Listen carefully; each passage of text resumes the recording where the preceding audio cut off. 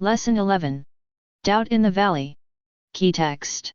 After she had given him a drink, she said, "I'll draw water for your camels too, until they have finished drinking." Genesis 24 verse 19. Into the story. Now Ahab told Jezebel everything Elijah had done and how he had killed all the prophets with the sword. So Jezebel sent a messenger to Elijah to say, "May the gods deal with me, be it ever so severely, if by this time tomorrow I do not make your life like that of one of them." Elijah was afraid and ran for his life. When he came to Beersheba in Judah, he left his servant there, while he himself went a day's journey into the wilderness. He came to a broom bush, sat down under it and prayed that he might die. "I have had enough, Lord," he said.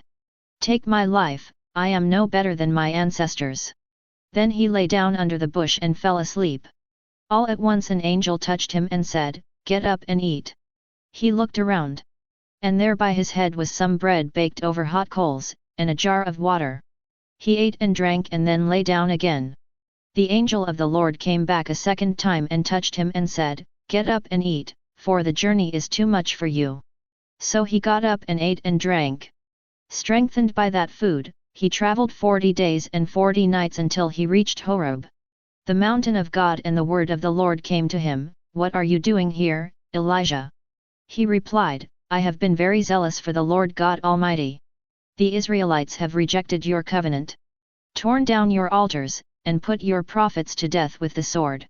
I am the only one left, and now they are trying to kill me too." The Lord said, "Go out and stand on the mountain in the presence of the Lord, for the Lord is about to pass by." Then a great and powerful wind tore the mountains apart and shattered the rocks before the Lord, but the Lord was not in the wind. After the wind there was an earthquake, but the Lord was not in the earthquake. After the earthquake came a fire, but the Lord was not in the fire. And after the fire came a gentle whisper. When Elijah heard it, he pulled his cloak over his face and went out and stood at the mouth of the cave. 1 Kings 19 verses 1 to 13.